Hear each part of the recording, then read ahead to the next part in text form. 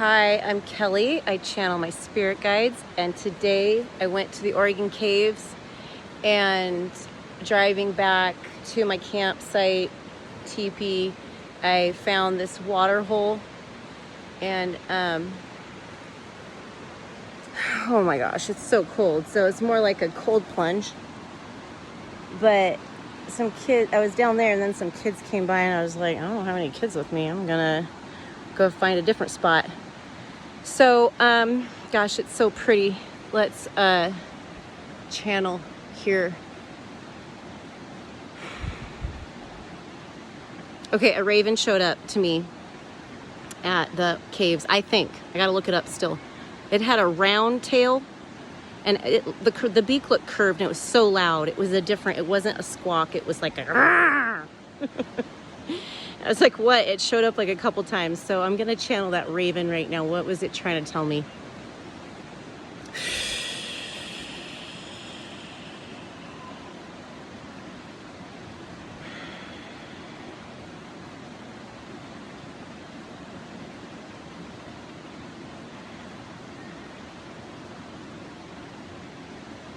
Dear Kelly, thank you for visiting the land, bringing awareness to the importance of the land. We need this to happen. Isn't it fun? That cave tour was an hour and a half, and you had to duck down, and there was one point where he turned all the lights off. Spoiler, he turns the lights off and it's completely black.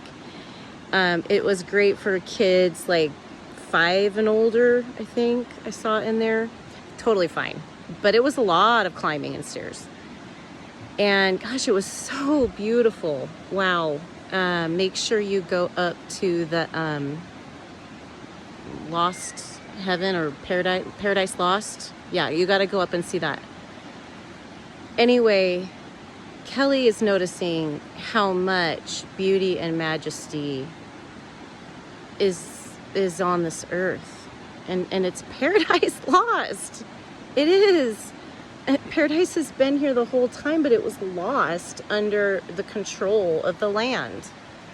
I was just looking at this map, and it's got all these greens and yellows and a pink, and it's like Bureau of Land Management, National Parks, and I'm like, God, it's all owned by these government agencies, but they've been protecting it. So even though you're judging something as like, rah, there's a reason for it in the divine order of things. So don't worry about anything. Don't worry about anything. You know, take off your shoes and find a comfortable position. Be with yourself. What do you need to do to find paradise within you? Do you need to admit something to yourself? Usually that's what it is. You need to admit something to yourself.